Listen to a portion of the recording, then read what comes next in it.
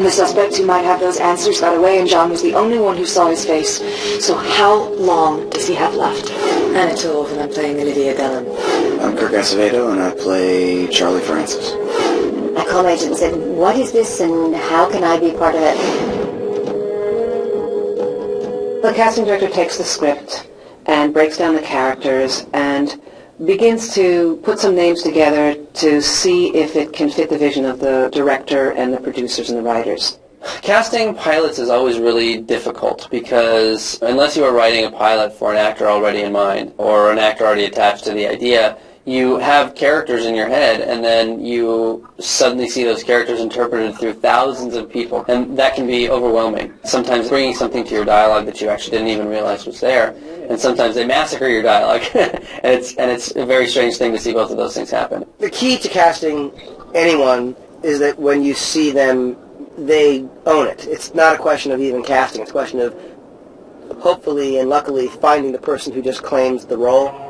The thing that's really amazing about our cast is that each one of them in their own way walked into the room and they were their characters.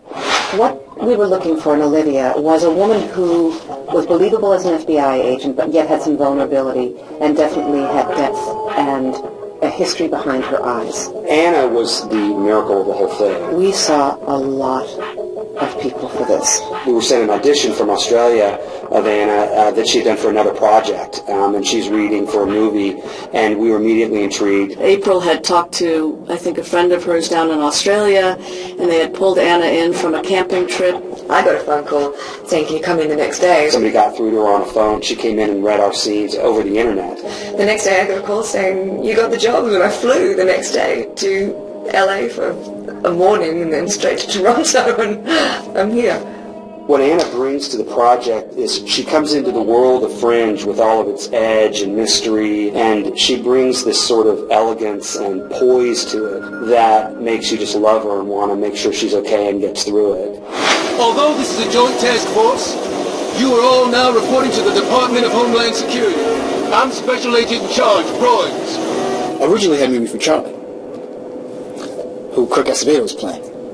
Flight out of Hamburg, 147 passengers. Towers lost contact 3 hours in. When I originally read the script, I thought, the role for me in the script is Broyles. And when I went to my original audition, the casting director came out and she said to me, you're here for Broyles, right? I said, well, no, I'm here for this other role. She said, oh, no, I thought you'd be great Broyles. Well, you want to read for Broyles? And I said, well, yeah. A man who serves his country for 30 years as a few drinks and a small lapse in judgment does not deserve 5 years. A small lapse in judgment that will haunt 3 young women for the rest of their lives. But that's not tonight's business, is it? We read him for Broyles, and in fact he was right, because he has this quiet strength about him that without hardly doing anything, just by the look in his face, and he has such a magnificent face, conveys that authority and power. I want you to extend the perimeter outside the tunnel another 50 yards. We had a lot of really good people come in for Broyles, and we were talking about other people, and Lance kind of came in and shattered that pane of glass and confidence, and it's just like, it has to be Lance, it's his.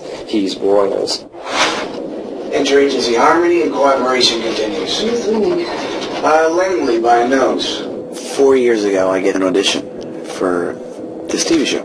So I'm like, well, what's it about? And it's like, oh, it's about this plane that crashes on an island. And I was like, I don't want to audition for Gilligan's Island. So I never went on the audition. So now when I get the audition for this one, I jumped at the opportunity.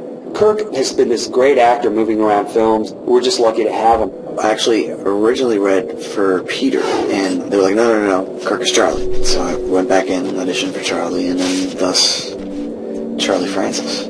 We need this place locked down! He has a great soul and so many layers to him in any scene with Anna, and they've got a great chemistry together as sort of friends, and he gives you an emotional base to know that she's got somebody she can count on and who's going to sort of be there for her. We saw a lot of women, almost as many in a way as we had Olivia, because she had to fulfill a very particular position, one where she wasn't the lead, but she was a very important part of the team. So you wanted someone who clearly had the intelligence, but you definitely wanted someone who had a lighter tone. It was a Friday, and they called me about an hour before they needed me to come to the casting office in New York City. She came in and read and was immediately able to handle sort of the language and the pace. And you could also tell she was so adept at sort of immediately plugging into Walter and kind of what he needed and sort of taking care of him. Hey, Aspen, would you mind... Watching Walter? Yeah, I'm on that too.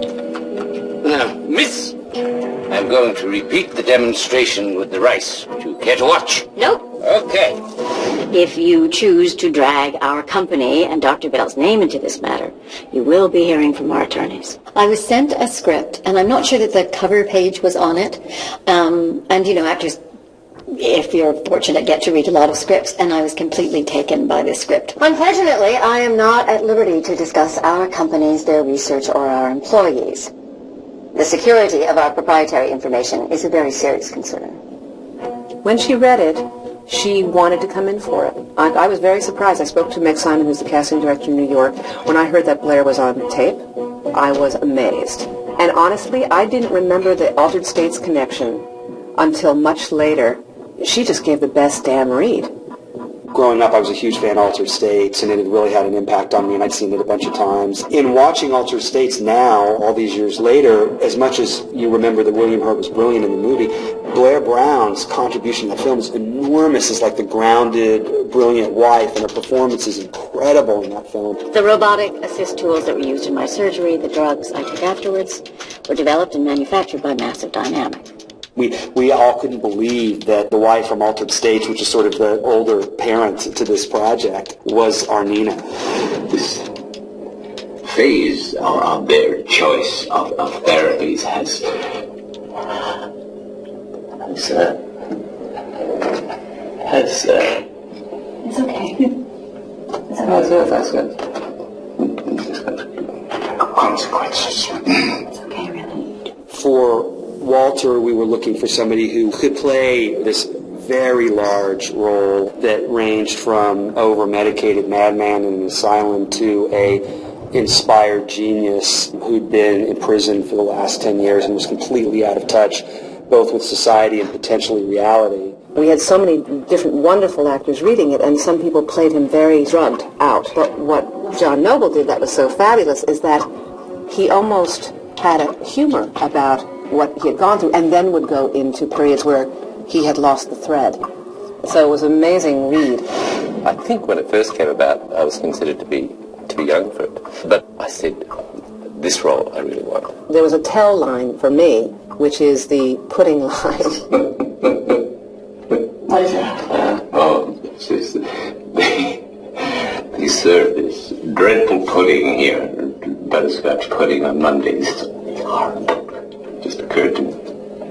It's Thursday. Oh, okay, well that's fabulous.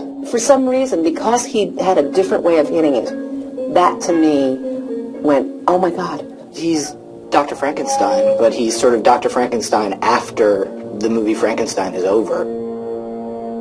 One of the great benefits of having a lead character who has been established to have been clinically insane for part of his life is that you don't know exactly when you're coming in out of his point of view. Most of the problems on the show have sprung from his mind that could be taken to an extreme conclusion.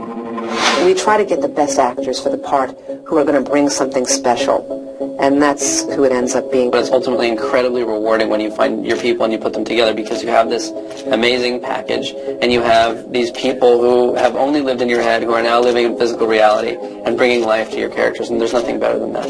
The cast is an amazing group, and that just is a very lucky thing.